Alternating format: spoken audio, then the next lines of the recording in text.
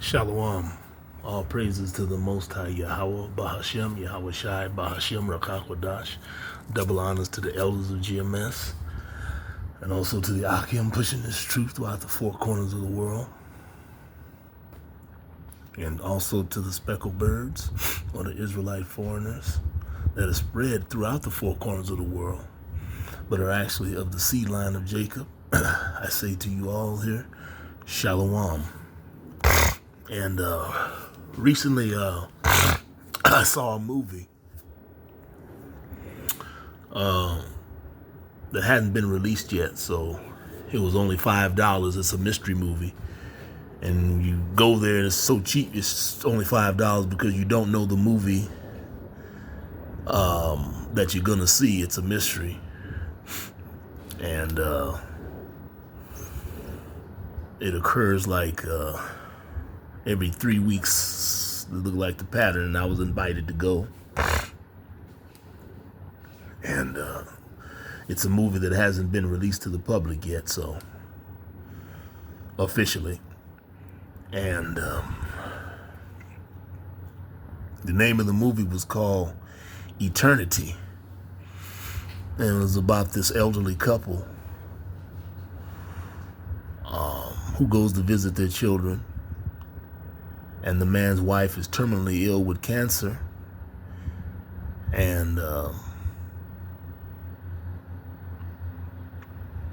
they're going to go spend some time with them, and they're going to eventually break the news to the family that, you know, she has only a short time to live. And he eats a pretzel and chokes on the pretzel and dies, and he ends up on a train. He doesn't know where he's going, and he gets out, and he finds out that he's dead, and he's, like 40 years younger and everything. And I'm not going to get too deep into it because it's not about the story. It's about, it's kind of a spiritual story. And, and he finds out where he is. He says, well, you're here until you find out which paradise you want to go to for the rest of your life. And they have brochures there, and you get to pick. You have a certain amount of time, and you live in they put you up in a hotel, and you spend your time for a certain amount of time. You have to pick, and once you pick, you can't undecide where you go. Once you decide, that's where you spend the rest of your life in that paradise. So, and one of the people who's explaining him, his guide or whatever, who was assigned to him, who's explaining all this to him, tells him something that's very biblical that basically a lot of people don't teach in the scriptures in these churches. Because we're taught if you're bad in the church, if you're evil, you go straight to hell. When you die, you go straight to hell, and when you're good, you go straight to the heavens. Well, that's not true. But in this movie, I remember that the guy told him it doesn't matter whether you're, if you're good or if you're evil. Before your paradise is chosen, you spend time here in a peaceful environment. You're in peace. You're in luxury. You have all your needs met.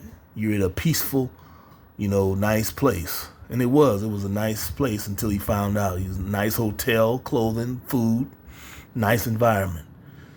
And whether you're evil, he says, people who are good or bad, they have the same peace here.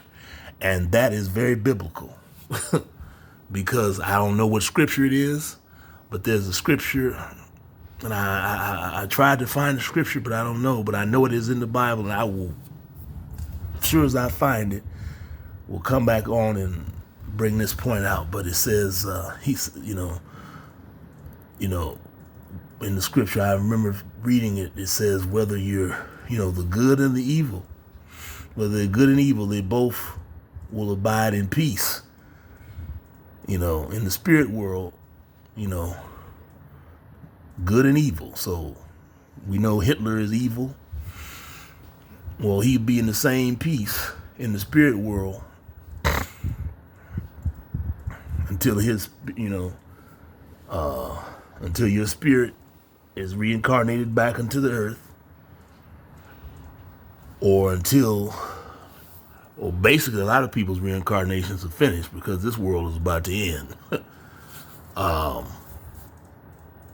But if you are to reincarnate until you reincarnate back into the earth, the good, as well as a person who's very, very righteous, will both, you know, they both will spend time in peace in the spirit world and rest in very sublime peace, even though whether they do good or evil. And the movie said that.